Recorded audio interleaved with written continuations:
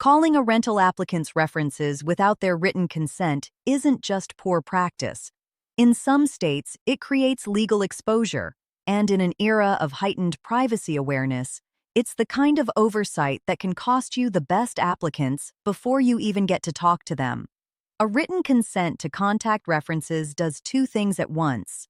It authorizes you to speak with former landlords, employers, and personal references, and it signals to applicants that you run a professional, documented screening process. The best tenants tend to trust landlords who handle their information the right way from the start. Our free consent to contact references form covers everything a thorough landlord needs. The applicant's authorization to contact all references listed on their application, their consent to inquiries regarding rental history, payment behavior, and lease compliance, the names and contact information for each reference to be contacted, and the applicant's signature and date of consent. It's designed to be included as part of every rental application package you execute.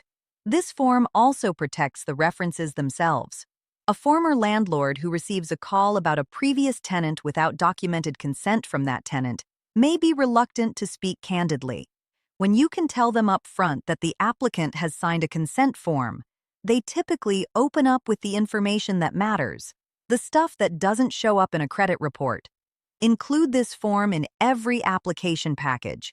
Collect it with the application and keep it in your tenant screening file. For the objective data that reference calls can't provide, add a comprehensive credit and background check through tenantscreeningbackgroundcheck.com. FCRA-compliant reports that show you the financial and legal history that references may never mention.